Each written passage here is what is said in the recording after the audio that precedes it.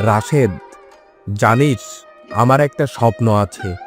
একদিন শহরে গিয়ে পড়াশোনা করব। নতুন বই, নতুন স্কুল, সব কিছুই দেখব। তুই গেলে আমি যাব না।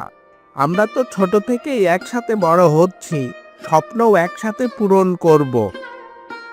ভাবতো, যদি আমরা দুইজনই মানুষ হই, তাহলে গ্রামের সবাই আমাদেরকে নিয়ে গর্ব করবে।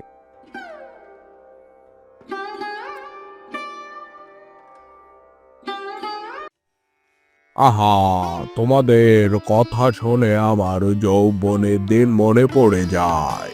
শোনো বাবারা, স্বপ্ন দেখতে হয় বড়, তবে মনে রেখো আসল সম্পদ হলো জ্ঞান আর বন্ধুত্ব।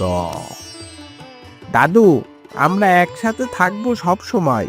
আমি কখনো সুমনকে একা ছাড়বো না। আর আমিও নয়। দাদু, আপনার আশীর্বাদ থাকলে আমরা নিশ্চয়ই পারবো। তোমাদের চোখে আমি আলো দেখছি। প্রতিজ্ঞা করো, টাকার জন্য কখনো বন্ধুত্ব ভাঙবে না। আমাদের স্বপ্ন একটাই, আমরা একসাথে এগোবো, যত বাধায় আসুক না কেন।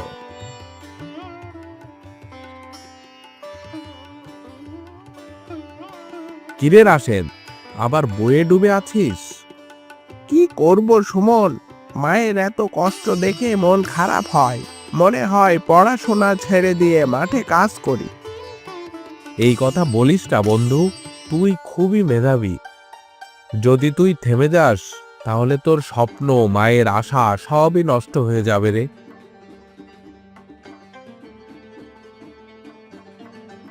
বাবার আশের দরিদ্র জীবনের শেষ নয়।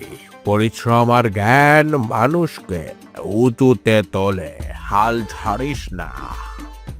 কিন্তু দাদু, টাকা ছাড়া কিভাবে এগোবো?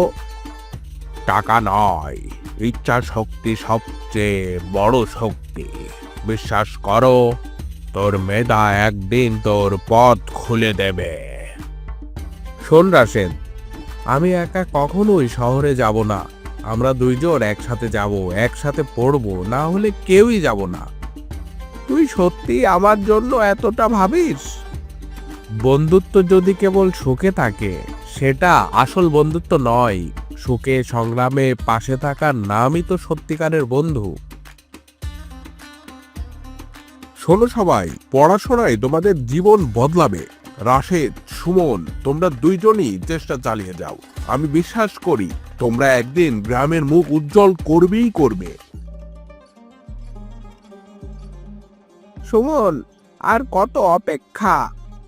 শহরে যাওয়ার কথা ছিল, কিন্তু সেই টাকাটাও তো জোগাড় হলো না। মায়ের শরীরটাও খারাপ।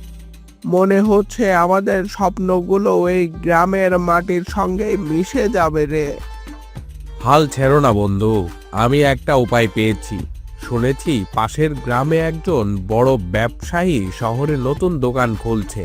তিনি কিছু সৎ আর পরিশ্রমী ছেলে খুঁজছেন। যদি আমরা তার কাছে গিয়ে কাজের জন্য আবেদন করি, তাহলে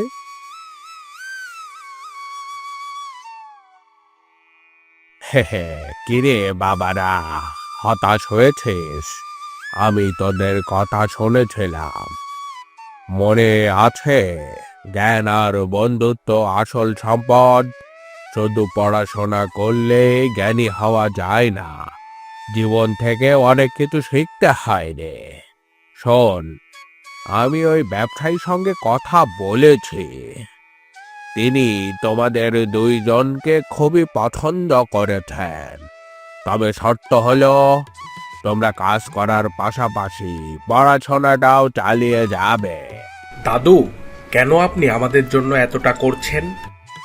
তোমাদের চোখে আমি আলো দেখেছি, সেই আলো যেন নিভে না যায়।